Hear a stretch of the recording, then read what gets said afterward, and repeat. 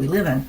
But I'd have to be brain dead not to notice that there was a Syrian chemical attack against his own people, the Assad dictator, supposedly. And we've had many of these false chemical attacks in the past, so I just had to visit this. And I am somewhat amused that Hillary Clinton is still raising her head in this chaos that she has been involved with Obama. But here's Hillary Clinton calls for U.S. to bomb Syrian airfields.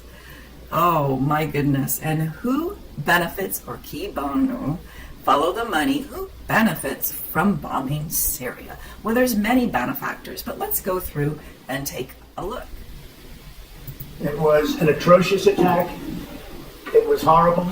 You don't see things like that, as bad as the news is around the world. You just don't see those images. The Russian regime, whose hands are all covered in the blood of Syrian children, cannot be ashamed by pictures of its victims. Now to the attack that led to all of this, we caution you some of the images in this report by Holly Williams are graphic. Survivors in Douma smelled strongly of chlorine, according to medics, a chemical that can be deadly in confined spaces and especially toxic for children. We cannot independently verify these videos, but many of the dead seem to have collapsed with no obvious signs of injury. We spoke with one medic. Now again, I'm just asking the simple question, who benefits, or key bono? According to the news sources, they're indicating this was a chlorine gas attack. They're uncertain of what kind of chemicals are being used. But notwithstanding, I think this is a blueprint that we can also look at the same chemical attack using sarin gas last year in 2017 in Syria, which seems to be a blueprint, but many people benefit, and most of them are connected to the military and the pharmaceutical chemical industrialists.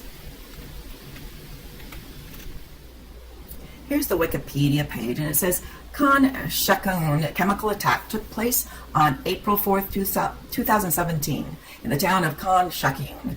It goes on down to say the town was reported to have been struck by airstrike by government forces, followed by massive civilian chemical poisoning. The release of a toxic gas, which included sarin, or a similar substance, killed 74 people.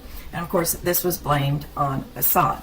But the question is, who's going to be financially benefited by this attack? Well, there's several players. So I first went to who manufactures the chemicals, and so I discovered that the chemical vendors are listed on this publication, and it states we've got MuseChem, ChemBase, ChemTech, Akos Consulting and Solution, and ChemSpace. These are the suppliers of sarin gas. So my question is, if sarin gas is an illegal chemical to use, why are these private companies being allowed to sell it? So I decided to investigate who owns these companies. Here we've got ChemTech, and its company profile, it says that they provide researchers with quality products. ChemTech offers a broad range of lab, reagents, intermediates, etc. We understand your research needs unique assistance. It goes on. It's basically a chemical company, and it sells chemicals, and it provides assistance to private corporations who need to use these chemicals. So let's look at another vendor of sarin gas. This is MuseChem.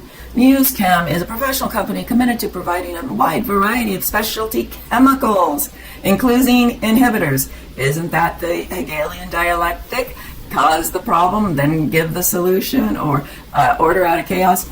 And then, anyway, it boasts of experienced scientists, advanced platform technologies, etc. It can provide a lot of custom synthesis and analytical support in your deadly chemical weapons program. And then an overview, of ChemTech, ChemTech Inc. And you can see the chief executive officer is Craig Kalmer. Craig Kalmer is currently employed at Advanced ChemTech in the position of Chief Executive Officer, and you'll see its main headquarters is located in Louisville, Kentucky, United States. And there are no annual reports, etc., etc. They're very, very mums is the word, it looks like.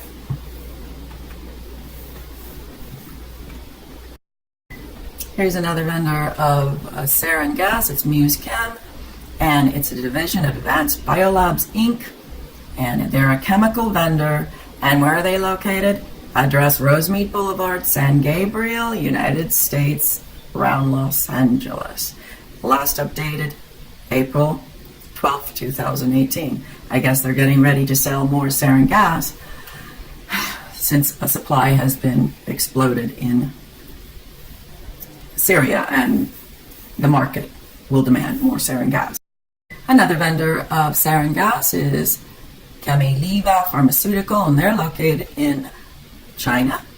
So it's not Russia.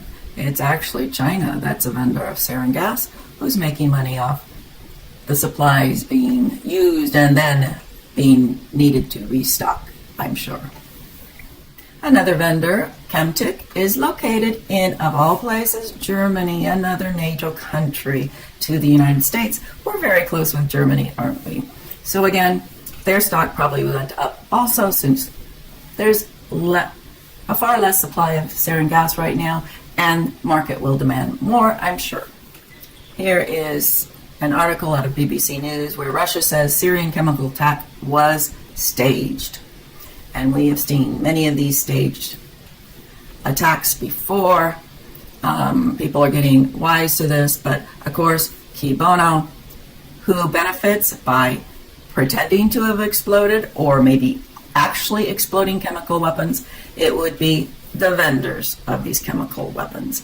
It would be the stockholders in these chemical companies that sell these chemical stockholds. So those are the benefactors, and I showed you 2 United States company, 1 German company, a Chinese company. They all benefit, and I'm sure their stock has gone up. But let's see who benefits from a counterattack.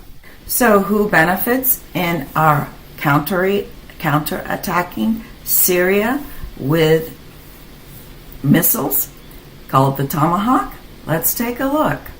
Let's take a look at who owns and sells Tomahawk missiles to the United States Navy. The manufacturer is General Dynamics, initially, McDonnell Douglas, Hughes Aircraft Corporation, and Raytheon at $1.87 million per unit. Close to $2 million per missile. So let's take a look down here. So how much did these companies make? At $1.87 million, or close to $2 million per missile. And in the last sarin gas attack, they expended close to 60 missile strikes. Let's just round up.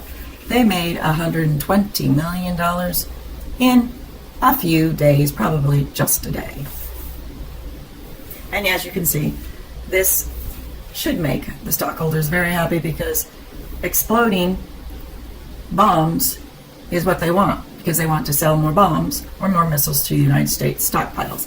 And as you know, the Senate and the Congress always gives the military all the funding they need for more and more weapons. But even if you explode these bombs in a desert, which is reputed to have happened with this missile attack in 2017, it hit an empty warehouse, that still benefits Raytheon, the stockholders of McDonnell Douglas, the stockholders of General Dynamics, because they're going to be selling more missiles. And this is the perfect, shall I say, order out of chaos.